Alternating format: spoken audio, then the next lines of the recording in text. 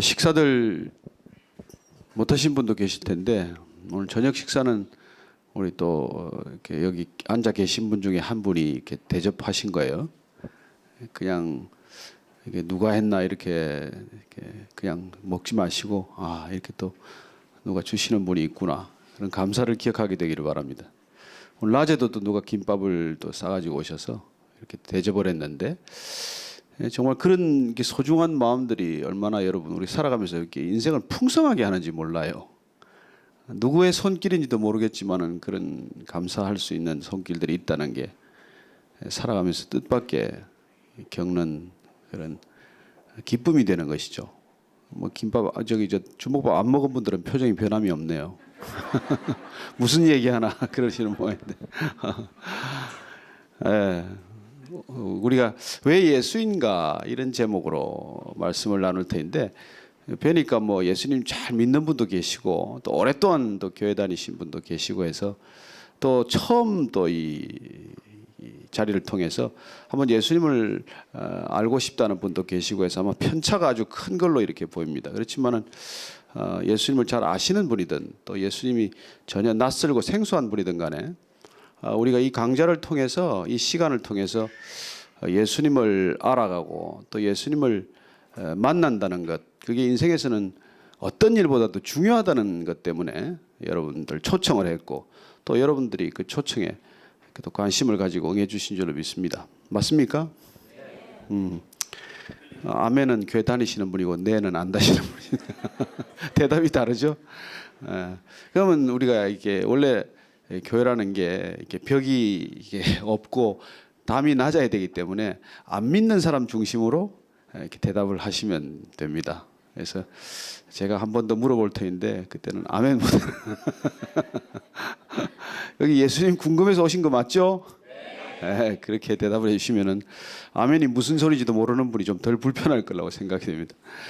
제가 교회 처음 나와가지고 참 굉장히 쑥스러웠던 게 이제 그런 호칭들이에요. 뭐 집사님, 뭐 장로님 그런 호칭이라든지 또 뭐 이렇게 설교 도중에 뭐 아멘 뭐 하는 거라든지 뭐 또 목사님 설교 도중에 손을 들고 할렐루야 뭐 이런 게 이게 왜 저러시나 이제 그런 게 굉장히 낯선 문화고 또 익숙지 않은 용어들인데 이제 나중에 알아가면 그게 편하고 또 그런 이렇게 말씀이 그런 표현들이 내 입에서 툭툭 튀어나오지만은 그 전까지는 그게 이렇게 익숙지 않은 것이죠. 또 제일 이제 또 서먹서먹한 게 또 이렇게 앉아 있는데 옆에 사람 쳐다보고 또 잘 오셨다고 인사하라고 그러면 내 얼굴도 보기 싫어서 여기 왔는데 옆에 사람 얼굴이 왜 보고 싶겠어요. 이제 그런 것들이 굉장히 이제 이 교회라는 게 하나의 독특한 문화가 있는데 그 문화들이 우리가 익숙지 않은 거기 때문에 불편한 거예요. 문화란 좋고 나쁘고가 아닙니다. 그게 그냥 나한테 익숙한 거냐 익숙지 않은 거냐의 차이일 뿐이지 그걸 좋다 나쁘다고 하니까 결혼해서도 싸우지 않습니까? 실컷 일껏 가서 프로포즈하고 무릎 꿇고 프로포즈하고 사람만 달라고 결심해놓고는 데려와서는 싸우기 시작하는 이유가 그게 문화의 차이인데 어떤 백그라운드에서 자랐느냐 거기에 따라서 다른 걸 우리가 이게 좀 포용하지 못하고 나하고 다른 걸 자꾸 나쁘다라고 생각하거나 틀렸다라고 생각하기 때문에 그런 일이 있는 것이죠. 예수님은 우리를 그렇게 좋다 나쁘다라고 하는 판단에서 자유하기를 원하시는 분이에요. 하나님께서 우리는 지으셨다 창조하셨다는 창조론을 믿는 사람들입니다. 이게 진화론을 믿는 사람 입장에서는 말도 안 되는 얘기죠. 어떻게 이 복잡한 생태계 전체를 만들었다고 얘기할 수 있느냐 그렇게 말씀하실지 모르겠지만은 생명의 신비로 들어가면 들어갈수록 그것이 우연히 이 우주 공간에서 우연히 그런 생명체가 탄생을 해서 그 생명이 이렇게 고등생물로 우연히 또 진화론적으로 발전했다는 게 얼마나 허구인지를 또 알게 되는 것입니다. 어느 쪽도 과학적으로 100% 검증할 자료는 없어요. 진화론도 믿음이고 창조론도 믿음이거든요. 근데 어쨌든 우리가 창조론이라는 걸 받아들이기로 또 혹은 잠시 동안 그걸 우리가 받아들이는 입장에서 이렇게 성경적인 이해를 한다면 하나님께서 우리를 지으셨는데 우리 인간을 만드셔서 완벽한 세팅에다가 두셨어요. 에덴 동산이라고 하는데 두셨는데 거긴 뭘 해도 좋아요. 그냥 뭐 거의 100% 진짜 자유예요. 근데 딱 한 가지 자유를 금한 일이 있었습니다. 뭐냐면 선과 악을 알게 하는 나무의 과실은 먹지 말아라. 우리가 말하는 선악과는 먹지 말라고 얘기를 하신 것이죠. 그러니까 우리한테 모든 자유를 허락했는데 한 가지 금한 것, 자유를 제한한 것, 금지한 것이 우리에게는 선과 악을 판단하는 거라고 말씀하십니다. 왜 우리가 그런 선과 악을 판단하지 말라고 하셨을까요? 나중에 오늘 결론 부분에서 한 번 더 얘기를 하겠습니다. 그 전에 그 선과 악을 알게 하는 나무의 과실만 먹지 말고 나머지 99.99%가 자유롭다. 이게 중요한 과제예요, 우리한테는. 이게 엄청난 선물이라는 것입니다. 여러분은 어떤 선물이 가장 소중하세요?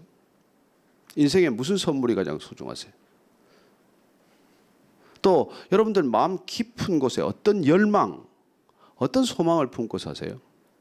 어릴 때는 어땠고, 성장기에는 어땠고, 결혼하고 나서는 어땠고, 지금은 어떠십니까? 뭘 그렇게 갈망하세요? 저는 제 기억을 되살려 보면 이렇게 어린 시절부터 제가 가장 꿈꿨던 게 가출을 꿈꿨어요. 가출. 이 지옥 같은 집을 좀 벗어나고 싶다는 거예요. 내 마음대로 좀 하고 살고 싶은 거예요. 여러분 이렇게 마음대로 하고 싶다는 거, 그게 저한테는 굉장히 강한 열망이었어요. 왜 제가 그런 이렇게 자유를 꿈꿨는지 사실은 저 자신을 쭉 돌아보니까 제가 일찍 이렇게 아버님을 너무 일찍 이어해서 얼굴도 기억이 안 나는데 어머님이 저를 아주 이렇게 독하게 키우셨어요. 그래서 특별히 저 고향이 또 남쪽이어서 어머님 막 목소리가 이 교회 여러분들 목소리 다 합친 것만큼 크신 분이고, 또 이제 아버지가 안 계시니까 늘 이제 본인의 부담이 아버지 역할을 내가 해야 된다는 것 때문에 저희 어머님이 양성의 역할을 다 하신 거예요. 그래서 아버지처럼 저를 때리고 그러고 나서는 또 어머니처럼 껴안고 울어요. 그러면 때리기는 왜 때리고 울기는 또 왜 오나, 이게 자꾸만 혼란스러운 거예요. 이게 사랑이란 말인가, 자꾸 이렇게 이게 사랑하는 방식인가, 이런 게 갈등이 오는 것이죠. 그렇기 때문에 저는 이게 참 아버지를 경험한 것도 아니고 어머니를 경험한 것도 아니고 어정쩡한 입장에서 늘 어린 시절에 이렇게 악몽 같은 시간들이, 조금씩 생각이 자라면서 나는 이 집을 좀 빠져나가야 되겠다 그 생각을 많이 했어요.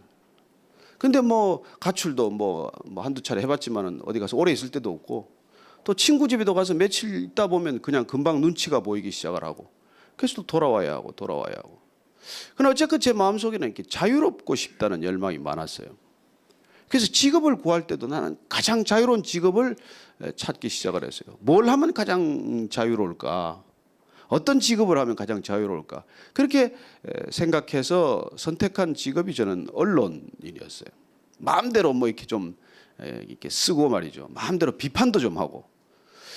그렇게 좀 해보겠다고 이제 언론사를 지망을 했는데, 대학을 한 10년, 대학원까지 10년쯤 다니고 언론사를 딱 지원하려고 보니까 그 당시에는 78년도에 한국일보사하고 이제 문화경향만 남았어요. 근데 원래 뭐 실력이 출중한지라 두 군데 다 합격을 했어요. 근데 이제 제 친구가, 사랑하는 친구가 동아일보사에 근무를 했는데, 그 친구는 뭐 보통 친구는 아니에요. 초등학교 6년, 중학교, 고등학교 3년, 또 대학을 가기 전에 대성학원 1년을 같이 다니고, 또 대학교 정예과를 같은 대학 같은 과를 같이 간 친구예요. 그러니까 뭐 평생 친구죠. 그런 친구가 이제 저를, 제가 언론사를 지망한다는 걸 알고는 한 가지 귀중한 팁을 준데, 그게 절대로 신문사에 가서는 안 된다는 거예요.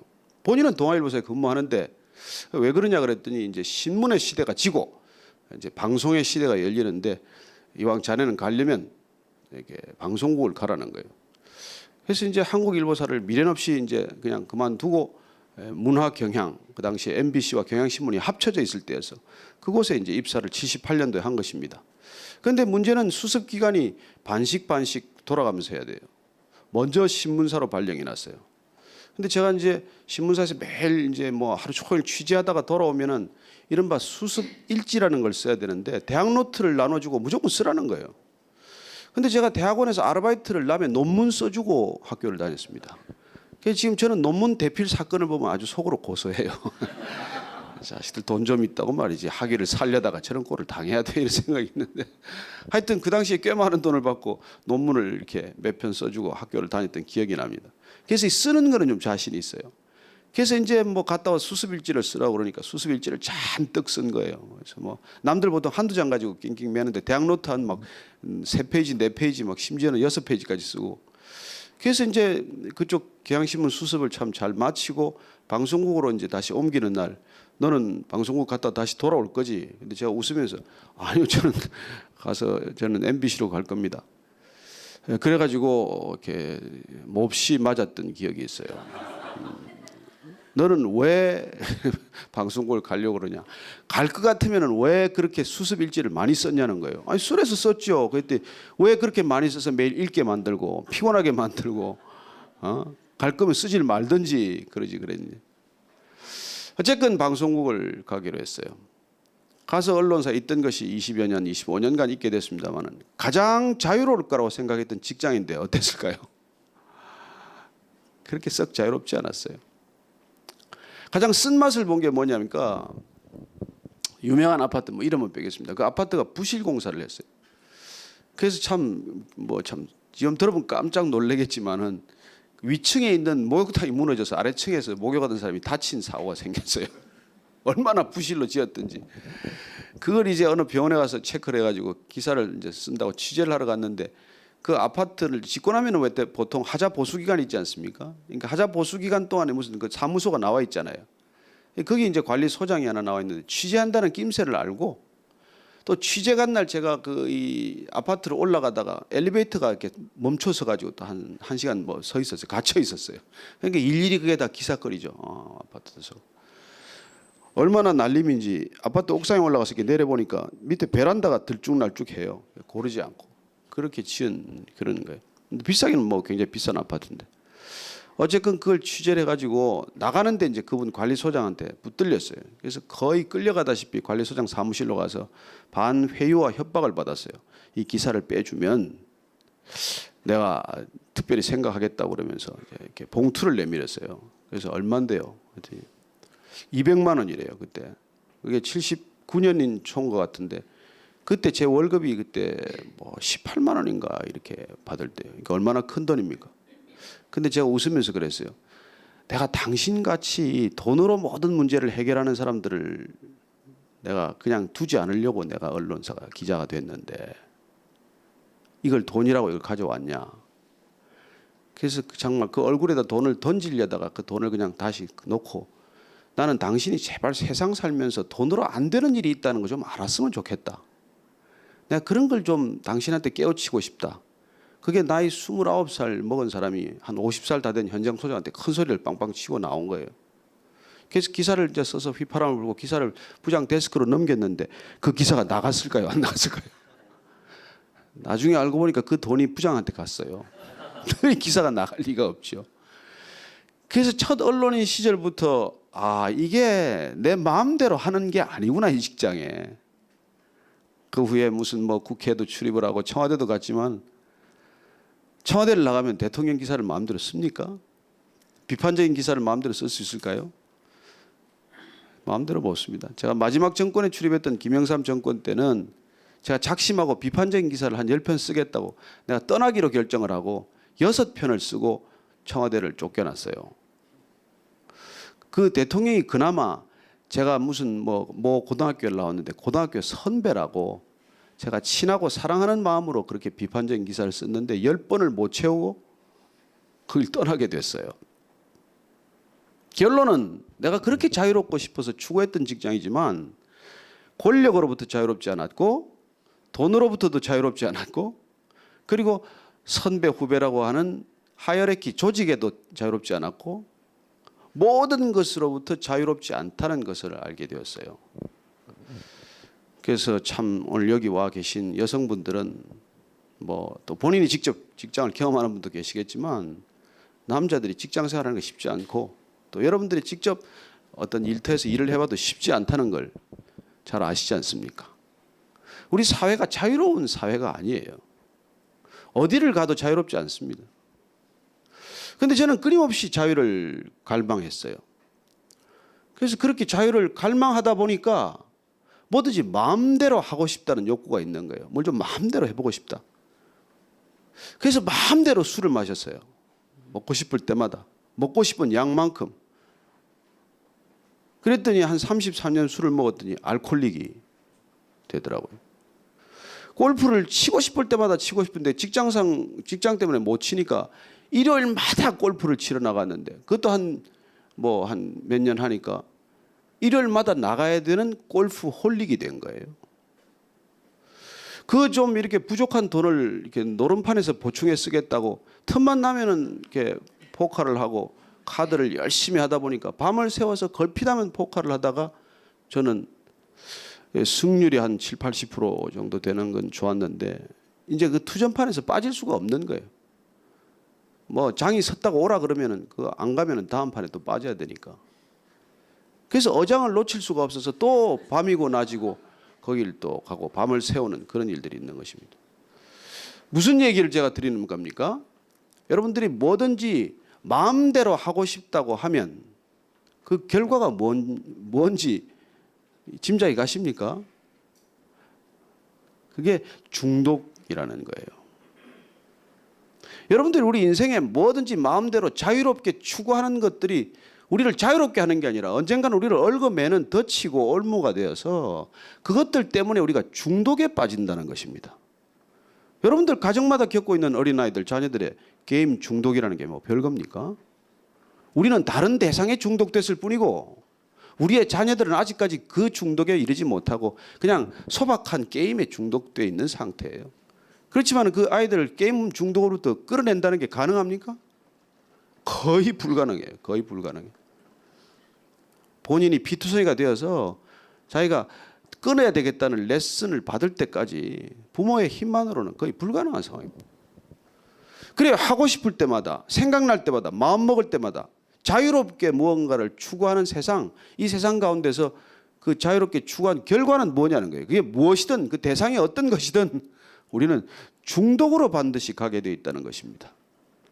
여기 뭐 이 시간에 지금쯤 오신 분들은 쇼핑에 뭐 중독은 안 되시겠네. 지금 이 시간에도 쇼핑을 헤매는 분 계실 거 아니에요.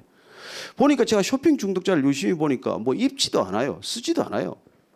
그런데 그냥 사는 것 자체에 중독이 되는 그런 분들이 의외로 많더라고요.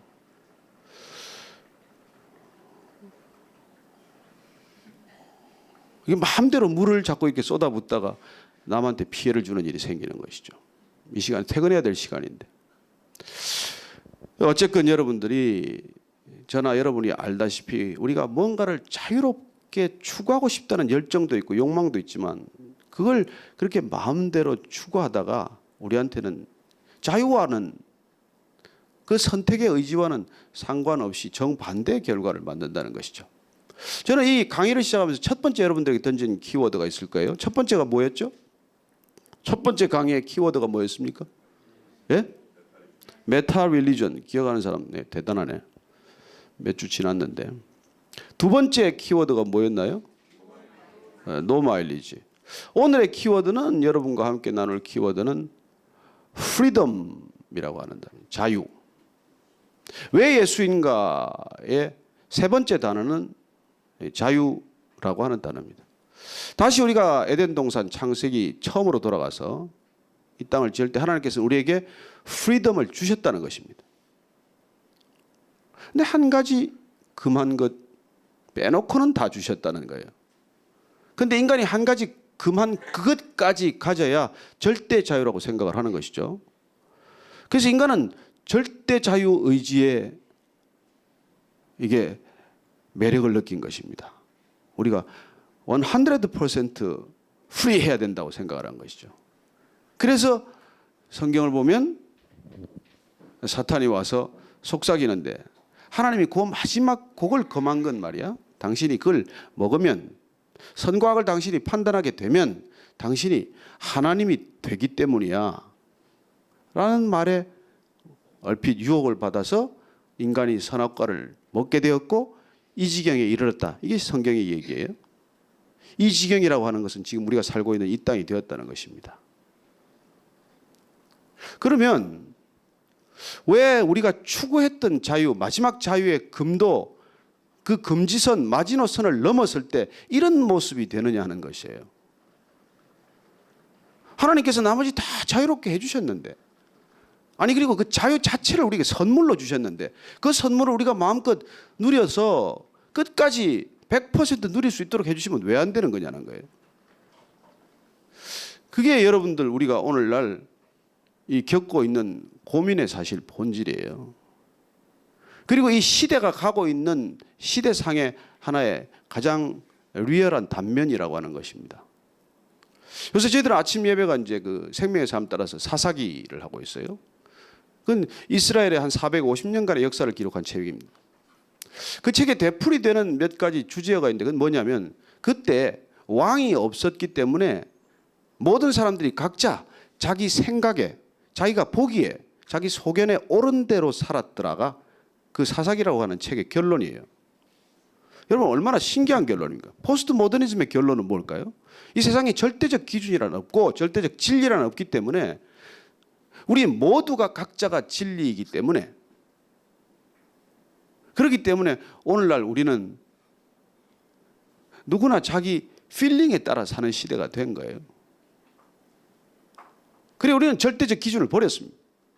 뭐 신이 죽었다고 선언을 하고 버렸건, 아니 기독교가 무슨 뭐 그런 종교일 수는 없다고 버렸건, 뭘 버렸건 우리가 절대적 기준을 다 버린 사람들의 살고 있는 모습, 그게 오늘날 우리 삶의 실상이라는 거예요.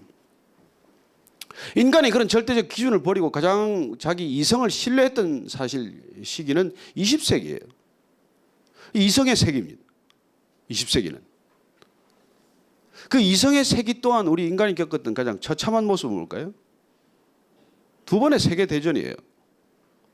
그 양차 대전과, 그리고 인간의 이성이 가장 극도로 우리가 신뢰했던 시기에, 교육이 인간을 혁명할 수 있다고 믿었던 그 시기에 가장 인간이 빠져들었던 것은 이념이라고 하는 것입니다. 이데올로기예요. 이데올로기란 뭘까요? 저는 이데올로기란 사람의 아이디어를 아이돌로 만드는 거라고 믿습니다. 사람의 생각일 뿐이에요. 그러나 그걸 우상으로 만든 것이죠. 그게 공산주의고 사회주의고 민주주의고 자본주의고, 그런 이념이라는 것들이 보면 인간의 생각 속에 비롯된 것이지만 그 아이디어를 가지고 어떻게 그걸 절대화하고 신격화해서 이렇게 세상을 망가뜨려 놓을 수가 있습니까? 주체 사상은 뭐예요 도대체?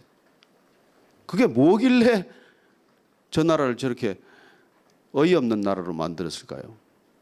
카뮤니즘이 뭔데 인간은 5천 명 이상 죽습니까? 스탈린은? 오택동. 그리고 그 이데올로기라는 것 때문에 인간이 정말 죽음을 겪은 것, 그런 학살과 그런 살육을 경험한 거 보면 끔찍하지 않습니까? 유대인들 600만이 학살됐는데 그건 하나의 생각에서 비롯된 거예요. 히틀러라는 사람의 머리, 괴펠스의 선전상에 그런 증오에 대한 확산. 그러나 사실은 그보다도 더 깊은 뿌리로 들어가면 유대인 학살의 첫 출발은 한 논문에서 시작이 되었어요. 고비노라는 프랑스 인류학자의 논문에서 시작이 된 겁니다. 그 사람이 인간 불평등 기원론이라는 논문을 썼어요. 여러분 평등 사상은 어디서 나왔습니까? 모든 인간이 하나님의 형상으로 지음받았다는 데서 나온 생각이에요. 사실은 성경적인 생각이에요. 평등이라고 하는 것은. 그리고 평등이라는 것은 하나님 앞에서, 절대자 앞에서, 신 앞에서 누구나 동등한 존재라는 데서부터 출발하는 컨셉이에요. 그런데 그 고비노라는 사회학자는 인간은 결코 평등하게 창조되지 않았다는 거예요. 인간은 처음부터 불평등하게 이 땅에 왔다는 것입니다. 그래서 그 생각에서부터 아리안족이 특별히 선택받은 민족이라고 생각을 하기 시작한 것이죠. 히브리인들은 자기들이 선택받은 백성이라고 살아왔는데 4,000년간을 그렇게 살아온 그 이스라엘 백성들이 선택받은 백성이 아니라 인류학적으로 볼 때 가장 흰 피부를 가진 이 아리안족, 순수 아리안족이 가장 탁월한 백성이라는 거예요. 그리고 오히려 이스라엘 백성들은 가는 곳마다 사람들을 이렇게 이 사회의 어려움과 문제점을 만들었기 때문에 마치 네로 황제 시대 때 이스라엘 백성들 유대인들을 내쫓고 대거 학살했듯이 또 나치 정권이 그런 일을 저지른 것이죠. 그게 인간이 생각을 우상으로 만들어서 이념이라고 하는 것 속에 갇혔을 때 일어나는 현상이라는 거예요. 그래 우리는 그 이성의 세계가 인간의 자유를 극대화해 줄 것으로 믿었어요. 헤겔 같은 철학자는 인류 역사를 발전사로 보았고 그렇게 발전하는 과정을 한마디로 요약을 하면 인류 역사는 인간 자유의 확장사로 파악을 했어요. 인간은 끊임없이 자유를 확대해왔다고 믿은 것이죠. 어떤 측면에서는 그럴 수 있겠죠. 그러나 진실로 우리가 자유가 확대된 역사로 그렇게 꼭 볼 수 있습니까? 여러분 우리가 뭐 500년, 1000년 전보다 우리가 지금 자유롭게 살고 있습니까? 어떠세요? 여러분 자유롭습니까? 적어도 한 가지 확실한 건 있어요. 그 사람들보다 바쁘게는 살겠죠. 얼마나 바쁘게 삽니까? 여러분 바쁘다는 것은 자유를 그만큼 잃었다는 뜻 아닙니까? 우리가 그런 진정한 쉼이나 안식을 잃었다는 뜻 아니에요? 누가 진정한 안식을 경험하고 있습니까? 이 시대. 얼마나 바쁘세요? 인사가 요즘 바쁘시죠? 그래서 안 바쁘면 뭐 이게 좀 모자라는 사람 같아요. 그래서 안 바빠도 바쁘다고 얘기합니다. 예, 요새 시간이 별로 없네요. 별 약속도 없으면서 약속표를 들여다보고 네, 이번 주는 안 되네요. 바빠야 될 것 같아. 우리는 바빠야 될 것 같아. 여러분 바쁘다는 건 어디 묶여 있다는 거 아니에요? 점점 더 많은 것에 묶였다는 것이 점점 더 자유로워진다는 뜻은 아니지 않습니까? 그렇다면 인간의 역사를 자유의 확장사로 파악한 철학자의 생각과는 사실 다른 길로 가고 있는 것이죠. 그래요. 그러면 하나님께서 우리에게 그 많은 자유를 주셨는데 내가 하나님이 되고 싶은 욕망, 내가 선과 악을 판단하는 기준자의 입장에 서고 싶다는 욕망, 그걸 한번 우리가 건드렸을 때 일어나는 이 많은 현상들을 우리가 한번 따라가 보자는 것이죠. 놀랍게도 하나님께서 우리에게 뭘 시기나 질투해서 그 마지막 자유를 허락하지 않으셨겠어요? 그건 하나님께서 우리에게 인간에게 모든 것을 허락하실 때 한 가지를 기억하라는 얘기예요. 선과 악을 판단하지 말라는 것은 나는 창조자고 너는 피조물이라는 걸 기억하라는 거예요.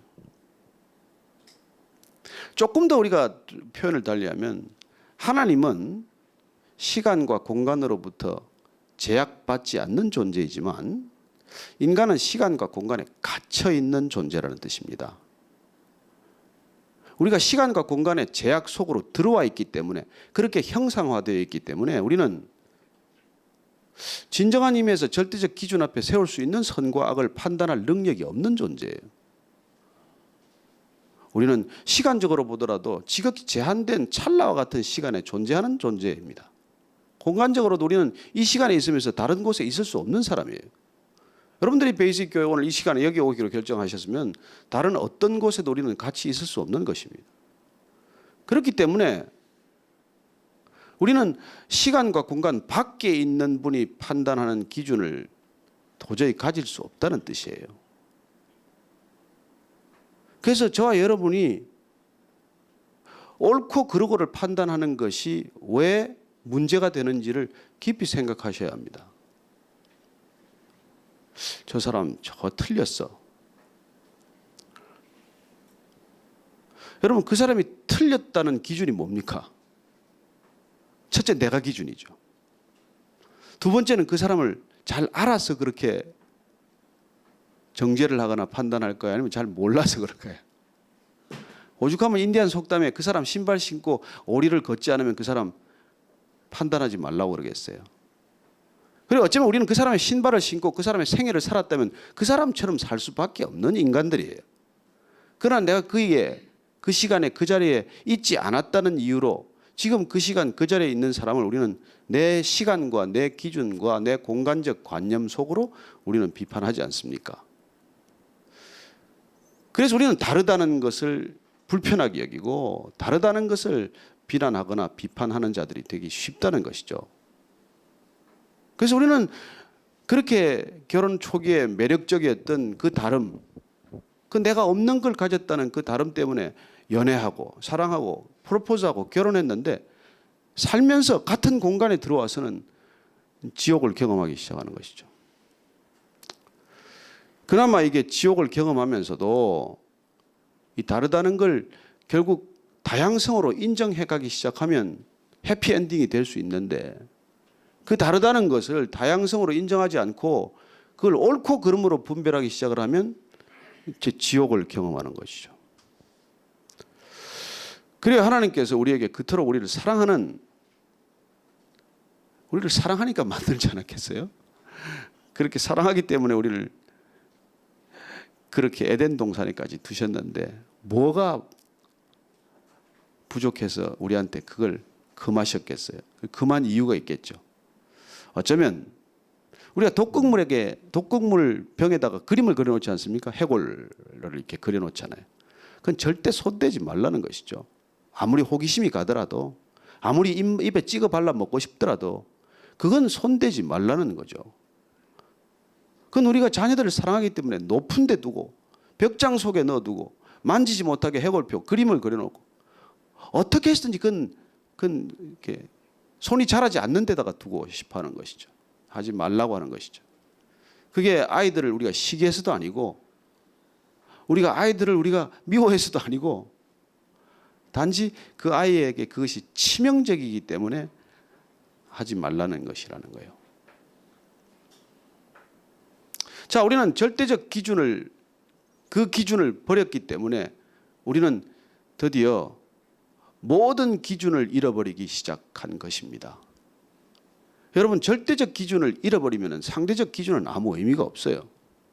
그래서 포스트 모더니즘이라는 것은 상대적 기준 속에서 서로의 기준을 인정하지 않는 시대로 접어들었다는 뜻이에요. 내 기준이나 내 기준이나 무슨 큰 차가 있냐는 것이죠. 도나 뭐나 뭔 차이가 있냐는 거죠, 결국은. 그래서 우리는 이 세상 속에 그야말로 어떻게 보면은 걷잡을 수 없는 혼란 속으로 지금 빠져들고 있는 것입니다.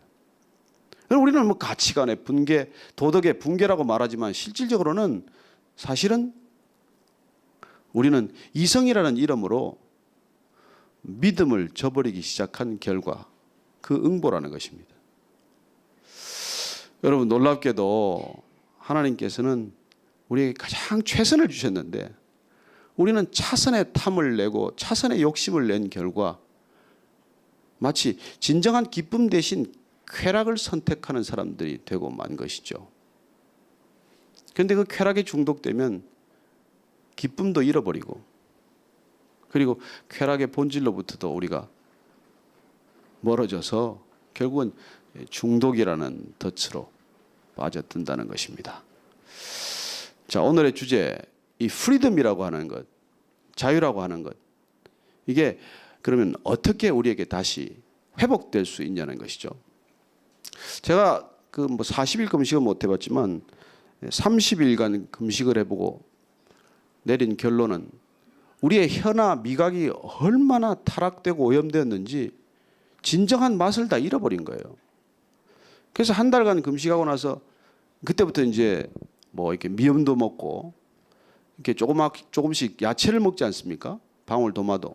방울토마토를 하나 먹는데 이게 이런 맛이 있었구나. 평소에 제가 싫어하던 과일이에요. 그런데 그거 하나가 그렇게 맛있는 거예요. 모든 이게 미각의 혀 세포가 살아나가지고, 근데 다시 또 한 달 지나니까 또 그 매운 고추장에 익숙해지고, 또 MSG는 영원한 보물인 것처럼 또 그걸 또 먹게 되고 이제 이렇게 되는 것이죠. 그래서 우리가 이게 먹는 지금 이 음식이 얼마나 많이 간이 세어지고 이런 조미료에 길들여졌는지 우리 입맛이 그 음식 재료 하나가 가지는 그 본연의 맛을 다 잃어버린 거예요. 그냥 먹어도 충분한 음식들인데 그걸 그냥 지지고 볶고 튀기고 그냥 그래가지고 온갖 그냥 조리법이 우리의 미각을 다 이렇게 흐트러 놓는 거랑 마찬가지죠. 그래서 우리가 진정 이 자유를 추구한 결과 마음대로 먹기를 추구한 결과, 맛있는 걸 먹기로 선택한 결과 우리는 진정한 음식, 이 땅에 그냥 그 모습 그대로 먹어도 괜찮은 음식들을 우리가 다 이렇게 놓쳐버리고 만 것이죠. 저는 여러분들이 정말 오늘 이 시간을 통해서 내가 다시 한번 내 인생 가운데 추구해야 될 가치를 한 번 더 확인하게 되시길 바랍니다. 프랑스 혁명이 일어났어요. 1879년에. 기치로 내세웠던 게 뭐겠어요? 세 가지 기치를 내세웠습니다. 프랑스 혁명에서 내걸었던 구호가 자유, 평등, 박애. 예. 그래도 뭐 조금 사회 시간에 관심을 가졌던 분은 기억이 나는데 보통 분들은 뭐 프랑스 혁명 하니까 레미제라블만 생각이 나고 다른 건 생각이 아마 안 나는 모양이네요. 그래 처음 내버렸던 기치는 자유였습니다. 자유. 자유는 가슴을 설레게 하는 단어죠. 자유를 갈망하는 사람이 또 누가 있을까요? 가장 갈망하는 사람들이 노예 아닐까요? 노예. 노예의 삶에 가장 갈망하는 것은 어떻게든지 노예 신분으로부터 벗어나서 자유인이 되는 것 아니겠어요? 그래서 하나님께서 이 성경의 큰 역사의 물줄기를 노예로부터 해방에서 시작을 하는 것입니다. 그건 인간에게 가장 소중한 가치를부터 문제를 풀어가겠다는 하나님의 방식이에요. 그래서 우리는 엑소더스라고 하는 출애굽이라고 하는 것들로부터 진정한 신앙의 물줄기가 흐르기 시작하는 것이죠. 자유를 경험하는 것, 진정한 자유를 경험하는 것. 제가 아까 언론사에서 취직해서 그 일을 시작했다고 하지만 자유를 추구하러 들어갔다 가보니까 이건 이런 또 과목이 없어요. 그리고 매일 전하는 뉴스가 전부 밴 뉴스들이에요. 밴 뉴스. 그걸 들으면 들을수록 스트레스 받는 뉴스예요. 그건 알면 알수록 마음이 우울해지고 어두워지는 뉴스들이에요. 그런 것들을 전하다가 그 전하는 시스템 전체가 보니까 이게 거대한 올감이에요. 올감이. 그냥 머리끝이 이렇게 딱 끼어가지고 빠져나올 수 없는 올감이에요. 죽을 힘을 다해서 살았지만 사실은 죽을 힘을 다해야 살아남을 수 있는 조직이기 때문에 그래요. 뭐 마음대로 술 먹고 안 먹고도 할 수도 없어요. 그냥 잔이 돌아가면 그냥 다 먹어야 돼요. 남녀 없이. 그래서 그런 직장에서 살면서 살아남겠다고 시작하는 게 그렇게 된 거죠. 근데 제가 어느 날 예수님을 알게 돼서 첫 번째 가슴을 친 단어가 이 자유라는 단어예요. 요한복음 8장 32절에 그런 말씀이 있어요. 내가 너희에게 이런 이 말이 너희 가슴에 담기기만 하면 너희가 진정한 자유를 알게 될 터인데 이 진리를 알게 될 터인데 그 진리가 너희를 자유케 하리라는 단어예요. 내 말이 너희 안에 거하면 너희가 진리를 알지니 진리가 너희를 자유케 하리라. 이 말씀을 제가 읽고 얼마나 가슴이 뛰었는지 몰라요. 내가 추구해왔던 자유는 세상의 방식으로 얻어지는 게 아니라는 건 알았는데 그럼 어떤 방식으로 이 진정한 자유를 얻게 될 것이냐는 거예요. 그런데 그 답이 예수님께서 하시는 말씀을 내가 그 말씀을 내 가슴 속에 담고 그 진리를 살기 시작하면 그런 자유를 맛볼 거라는 거예요. 그래서 제가 이걸 한번 테스트 해보기로 결정을 했어요. 테스트를 해보기로. 예수님의 말대로 살면 진짜 자유함을 경험할 수 있을까? 그래서 결정을 내렸습니다. 세 가지 결정을 내렸어요. 지난번에 한번 말씀드렸겠지만 첫째는 내가 이렇게 안 좋은 버릇 가운데 거짓말을 하지 않기로 결정을 했어요. 두 번째는 술을 끊기로 결정을 했어요. 세 번째는 제 아내의 말을 끝까지 들어주기로 결정을 했어요. 그리고 이때까지 나를 자유롭게 한다고 믿었던 것들로부터 내가 이제 돌아서기로 결정을 하고 내가 자유를 추구한다고 걸어갔던 길을 되돌이킴으로써 한번 예수님하고 게임을 해보자는 생각이었어요. 그래서 당신이 무슨 말을 했는지 내가 한번 들어보자 그러면. 그래서 부지런히 읽기 시작했어요. 그래요. 부지런히 읽은 그 말씀들 한마디 한마디가 저한테 다가오기 시작하면서 제 안에 전혀 다른 인생의 기준들을 만들기 시작했다는 것입니다. 그래서 예수님께서 말씀하신 그 말씀이 우리한테 오면 우리가 무엇을 경험하는 거니까 내가 지금까지 생각해왔던 생각의 모든 체계가 세상이 주는 언어, 세상이 가르쳐준 지식의 언어로 우리의 생각의 골이 깊게 파여져 있다는 것을 경험한다는 것입니다. 그래서 사실 성경에서 읽는 말이나 예수님이 하시는 말씀을 들으면 지금까지 우리가 살아왔던 인생의 회로와는 전혀 다른 회로라는 것을 직감적으로 알 수 있는 것이죠. 그리고 우리가 너무 차이가 나고 너무나 우리가 거리가 먼 것들이어서 사실은 우리가 살아낼 수 없다는 것을 깨닫게 됩니다. 여러분, 이 언어라고 하는 것들이 얼마나 우리를 무섭게 사로잡고 있는지 말씀드렸습니다. 공자는 그런 얘기를 했어요. 부지언이면 부지인이라고 그래서 그 사람의 말을 모르면 그 사람 모른다고 말합니다. 사람을 안다는 건 그 사람 말하는 걸 아는 거예요. 그 사람 말을 통해서 아는 것이죠. 헬렌 켈러라는 그 사람이 있었죠. 귀머거리에다가 벙어리입니다. 어려서부터 그렇게 태어났기 때문에 어떻게 애를 교육시킬 도리가 없어요. 뭘 해야 이 아이를 사람으로 만들 수 있는지 누구도 그 아이를 이렇게 다 이렇게 핸들링할 수 없는 아이였어요. 근데 부모님이 답답한 나머지 이렇게 노화를 잘 케어하는 앤 설리번이라는 이제 선생님을 찾아서 그 아이를 맡겼어요. 그런데 선생님도 이 아이를 다룰 길이 없어요. 근데 지금까지 해왔던 경험과 또 많은 정말 기도 끝에 이 헬렌 켈러를 어떻게 하면 사람으로 만들 건가 그렇게 고심하던 나머지 어느 날 이 애를 데리고 우물가로 갔어요. 가서 여름에 더위에 이제 이 아이의 손등에다가 찬 물을 퍼서 물을 계속 붓는 것입니다. 찬 물을 계속 손등에 부으면서 손바닥에 뭐라고 썼는가 하면 W, A, T, E, R 이렇게 쓴 거예요. 뭐죠? 예? 뭐라고요? 이렇게 좀 굴리는 사람은 워러고 안 굴리는 사람은 워터겠죠.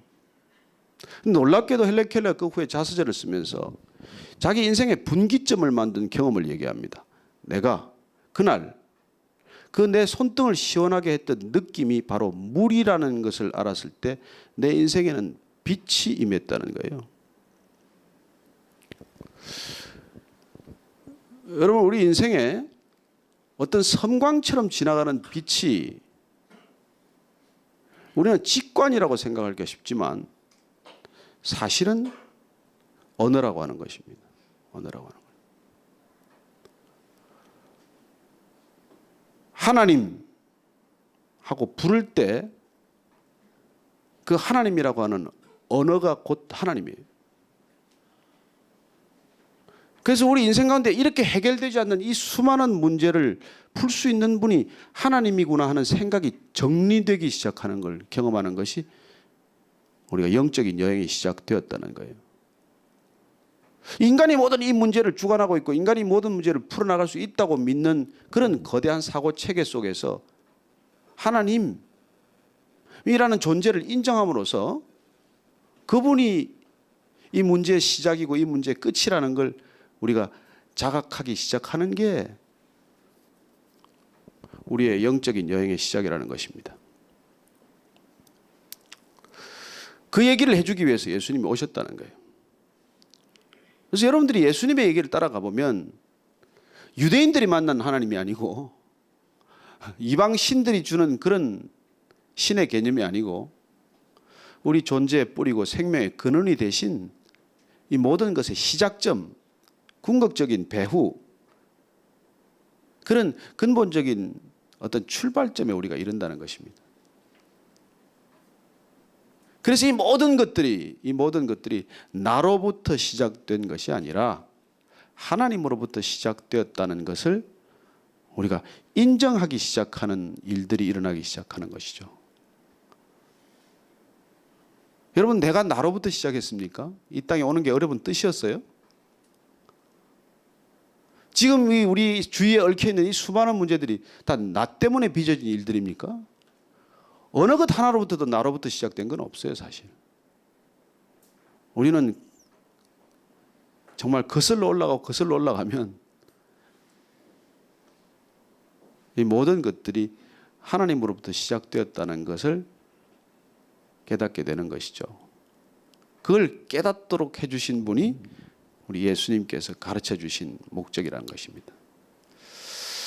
그래서 저는 여러분들이 우리가 왜 인생에 예수 그분이 답이어야 하고 그분이 답인가, 또 왜 그분을 만나야 하는가에 대한 이 얘기를 하나씩 풀어가고자 하는데, 우리가 궁극적으로 추구해야 될 가장 중요한 가치가 이 자유라는 것 때문에 여러분들에게 그분을 소개하기로 결정한 것입니다.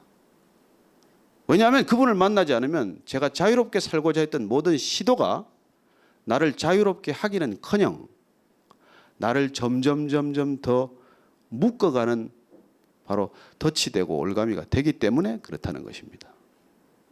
우리는 이 세상의 많은 문제를 해결할 수 있는 수단을 갈망해요. 다는 대부분 돈이라고 생각을 하죠. 돈만 있으면 뭐 다 해결이 될 것 같아. 돈만 많으면 지금 이 고통이 뭐 얼마나 다 순식간에 풀어질지 모르겠어요. 영국의 헤롯백화점 회장이 그렇게 고백을 했습니다. 자기가 돈을 번 이유를 자꾸 이제 누가 물어보니까 나는 딱 한 가지 목적이라는 거예요. 내가 하기 싫은 일을 다 남한테 시키기 위해서 돈 벌었다는 거예요. 근데 이분이 어느 날 깨달았다고 말합니다. 내가 돈으로 시킬 수 없는 게 하나 있다는 걸 깨달았다는 거예요. 그게 뭐냐니까 내 인생의 진정한 소명을 발견하는 일이었다라고 고백합니다. 그래요. 내 인생에 무엇 때문에 이 인생이 시작됐고 나는 무엇을 위해 살아야 하고 어떤 가치가 내 인생의 진정한 가치인지를 그걸 찾는 일은 누구한테 시킬 수가 없는 일이라는 거예요. 저는 여러분들이 그 소명이나 그 가치를 하나님 안에서 발견할 수 있다고 믿는 사람입니다. 그리고 그렇게 찾아낼 수 있게 되기를 바라기 때문에 여러분과 이 여행을 시작한 것이죠. 왜냐하면 그 여행은 자유롭게 가지 않으면 갈 수 없는 여행입니다. 어디 묶여서는 더 이상 갈 수 없는 여행이에요. 어느 끈에 묶여 있어서는 더 이상 가다가 주저앉고 마는 여행이기 때문입니다. 그래서 우리의 여행은 하나님을 추구해 가는 여행이 될 것입니다. 인간이 아까 에덴 동산에부터 시작된 하나님으로부터 벗어나는 여행, 하나님으로부터 탈출하는 여행, 하나님을 거부하고 하나님을 없다고 부정하고 부인하는 그런 여행의 길이 아니라 그 여행의 결과가 궁극적으로는 여행이 아니라 방황이 되고 말았다면 우리는 방황이라는 데 종지부를 찍고 목적이 뚜렷한 다시 여행길 여정으로 되돌아가자는 것입니다. 그래서 우리가 목적 없이 방황하는 이 삶의 코스를 돌이켜서 목적이 뚜렷한 한 방향으로 다시 되돌아가는 것을 우리는 구원이라고 말하는 것입니다. 그래서 저는 저와 여러분들이 지금까지 이렇게 방황해가는 코스를 일단 정리를 좀 하고, 그리고 우리를 구해줄 수 있다고 믿고 우리를 행복하게 할 수 있다고 믿고 우리를 문제를 본질적으로 해결해 줄 수 있다고 믿는 그 많은 수단들이 사실은 속임수에 불과하다는 걸 우리가 얼른 깨닫고 그래도 이만할 때 빨리 돌이키자는 것입니다. 여러분들이 이만한 때 빨리 돌이키자는 것입니다. 왜냐하면 그분 안에서만 자유로울 수 있기 때문입니다. 여러분, 돈 안에서 자유할 수 있을까요? 권력 안에서 자유할 수 있을까요? 그 인기라는 세상 가운데 자유할 수 있을까요? 제가 최근에 한 번 뵌 분이 그래요. 좀 상담을 하고 싶다고. 그래서 왜 무슨 상담을 하시려고 그럽니까? 그랬더니 하여튼 급히 만나자고 그래서 하여튼 저도 시간을 또 이렇게 쪼개서 이렇게 만났는데, 만나자마자 요지는 뭐냐니까 나는 다 가졌다는 거예요. 돈도 가졌고 인기도 가졌고 힘도 가졌고. 근데 제가 불안합니다. 너무 솔직한 얘기 아니에요? 난 다 가졌는데 불안하다는 거예요. 그래서 나보고 어쩌라는 얘기입니까? 왜 목사가 되셨냐는 거예요. 그래요. 그분 제가 참 보기에는 안타까운 분이죠. 다 가졌지만 불안하다는 것. 다 가졌지만 만족하지 않다는 것. 다 가진 것 같은데도 행복하지 않다는 게 우리의 고민이라는 거예요. 그분은 정말 제가 꼭 해주고 싶은 말이 있는데 그 말을 못했습니다. 내 가진 것을 다 팔아서 나눠주고 그냥 베이직 처치에 와라 그렇게 하고 싶은데 그 얘기를 못하고 제가 돌아섰습니다만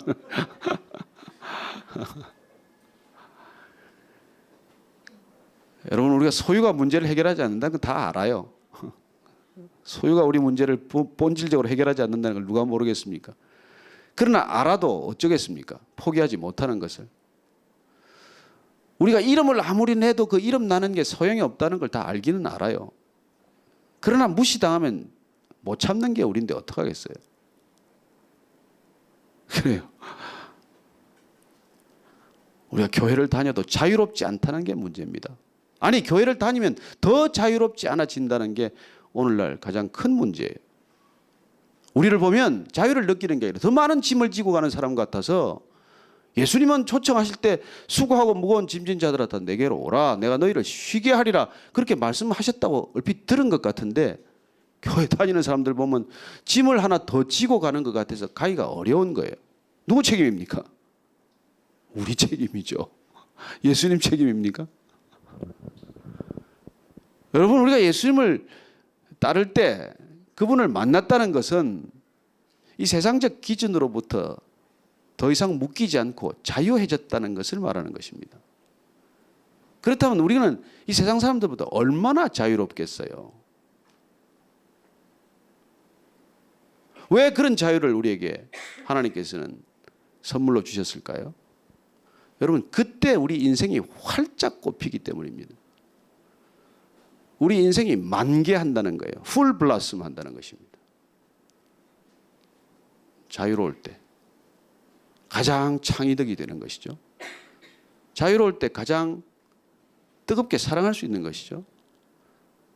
자유로울 때 가장 열정적이 될 수 있는 것이죠.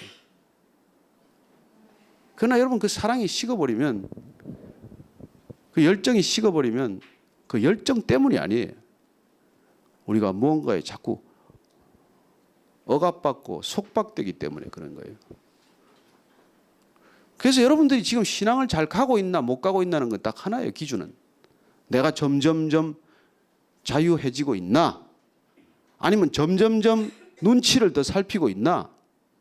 점점 사람들의 인식과 사람들의 인정에 목말라 있나? 아니면 점점 그런 것들로부터 자유해지고 있나? 이걸 여러분 자신이 바로미터로 삼아야 된다는 것입니다. 우리가 교회 나와서 얻을 게 뭐 있어요? 교회는 얻으러 오는 것 아니에요. 버리러 오는 곳이에요. 세상은 얻으러 다니는 곳이에요. 깡통의 크기만 다를 뿐이지. 그러나 교회는 얻으러 오는 곳 아니에요. 교회는 여러분들이 가진 걸 다 버리러 오는 곳이에요. 그래서 헌금통 만들어 놓지 않았어요. 버리라고. 거기다 버리라고. 그래요. 여러분, 지식은 쌓아가는 것이고 지혜는 버려가는 것이에요.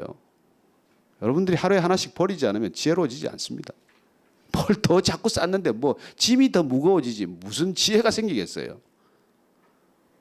그래서 점점 무거운 짐이 되어서 그나마 또 이사를 자주 다니는 사람들은 짐이나 줄기나 하지. 한 곳에 오래 살면 누울 곳도 없어요. 짐이 많아서. 그 무슨 뭐 가시나무 생가 뭐 그런 노래 가사도 그렇죠. 내 안에 내가 너무 많아. 당신이 쉴 곳 없나? 뭐 어쨌대나 저쨌대나. 저는 예수님을 만난 사람들의 특징은 보면 압니다. 자유롭다는 거예요. 우리가 뭐 앉아서 예배도 드리고 기도도 하지만 어쩌면 기도도 자유로운 기도가 되는 것이고 찬양도 자유로운 찬양이 되는 것이고 예배도 자유로운 예배가 되는 것입니다. 예수님은 오늘날 이런 장로교식 예배, 침례교식 예배를 드리지 않았습니다. 그분은 예배를 이 공간, 닫힌 공간에서 드리지 않았어요. 그분은 성전 안에서만 기도하지 않았습니다. 그분은 우리에게 하나님과의 교제, 하나님과의 만남, 하나님과의 동행이 전적인 자유함이라는 것을 가르쳐 주신 분이십니다.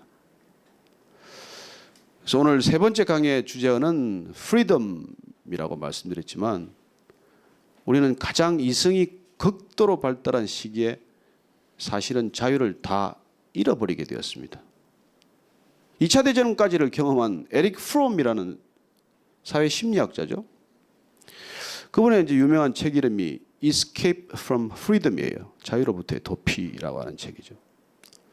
그는 이해할 수가 없었어요. 왜 이렇게 독일 민족들이, 이 게르만 민족, 이렇게 출중하고 탁월한 이성적이고 논리적인 게르만 민족이 어떻게 해서 도대체 히틀러 같은 작자한테 열광할 수 있느냐는 거예요.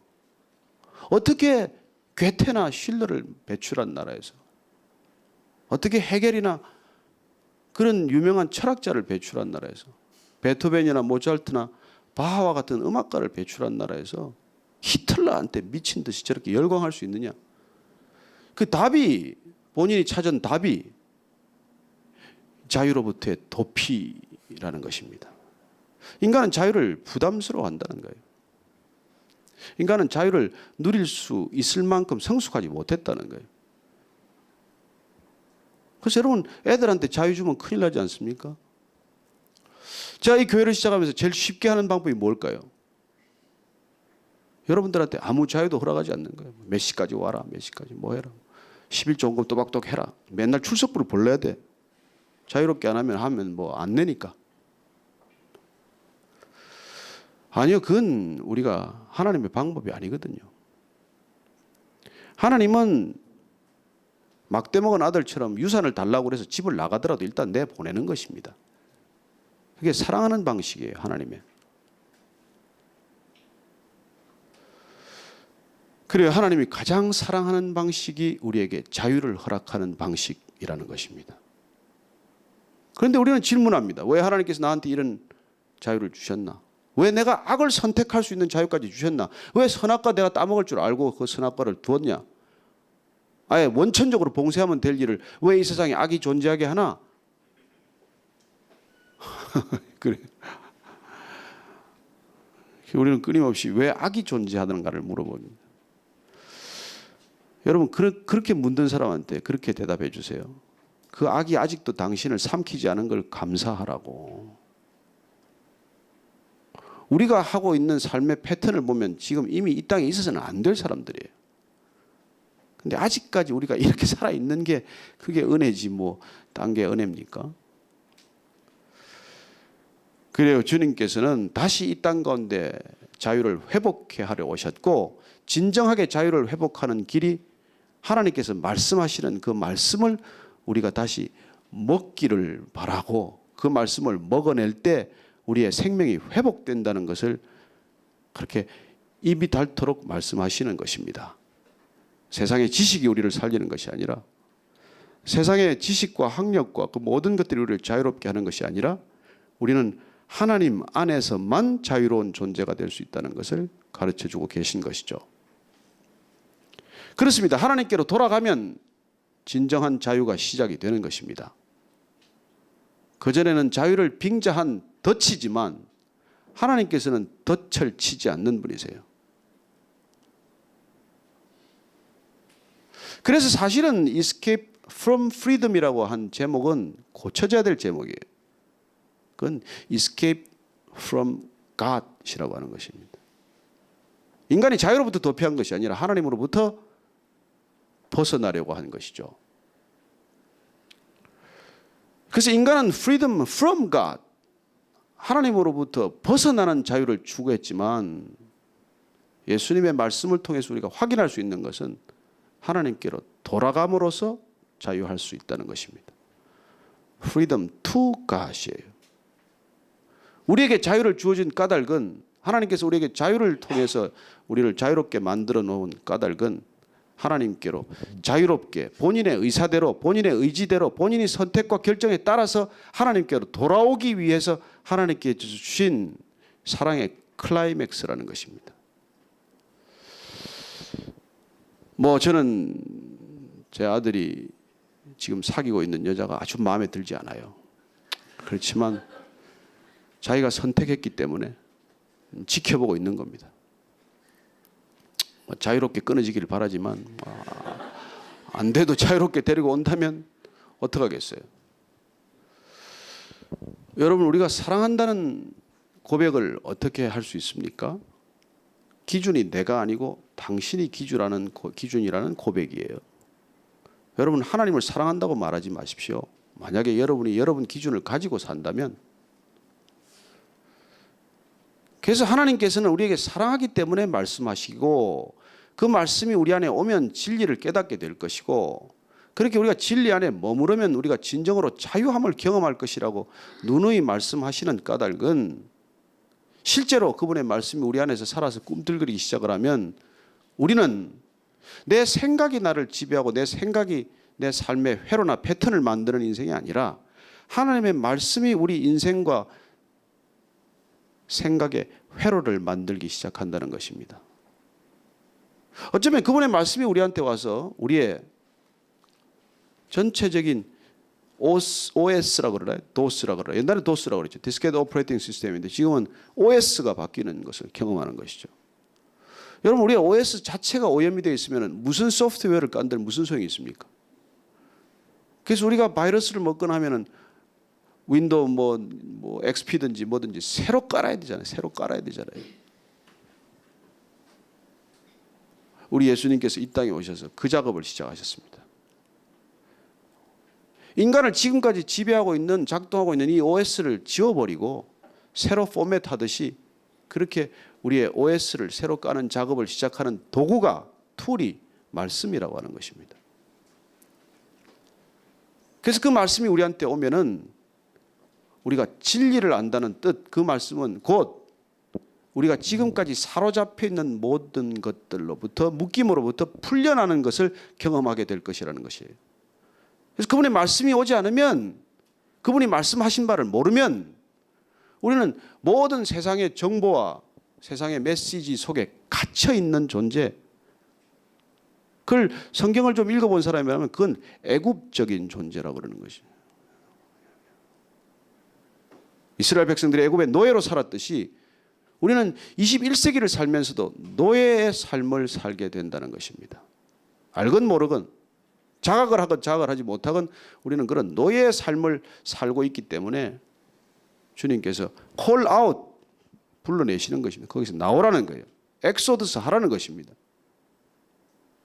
그분의 말씀을 듣고 엑스도스 해서 모인 공동체를 에클레시아라고 불러요. 교회라고 부르는 것입니다.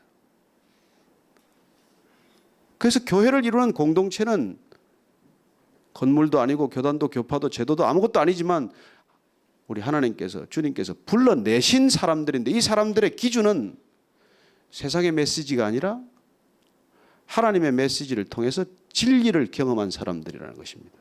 진리란 곧 더 이상 이 세상을 움직이는 상대적 기준이 아니라 절대적 기준 앞에 섰다는 뜻입니다. 그래서 그분 앞에서 진리를 경험한 사람들의 특징은 뭘까요? 자유함이라는 것입니다. 그 자유함은 우리 신상 가운데 어떻게 나타날까요? 가장 쉽게 표현하면 당신을 내가 더 이상 바꾸려고 하지 않겠다는 얘기예요.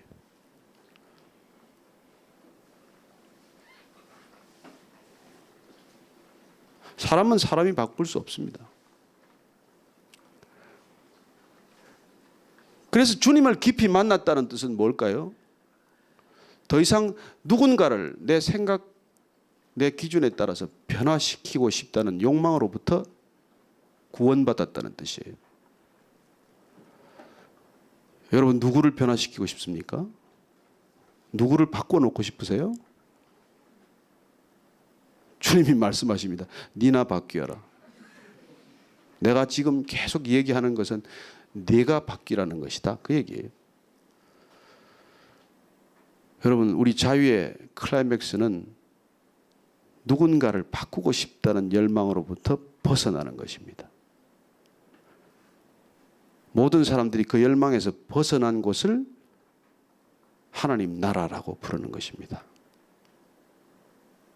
저는 그런 자유함이 여러분들 가정에 있기를 바라고 이 교회에 있게 되기를 바랍니다. 왜 예수 그리스도입니까? 세 번째 단어는 freedom이라는 것을 기억하고 돌아가시게 되기를 바랍니다.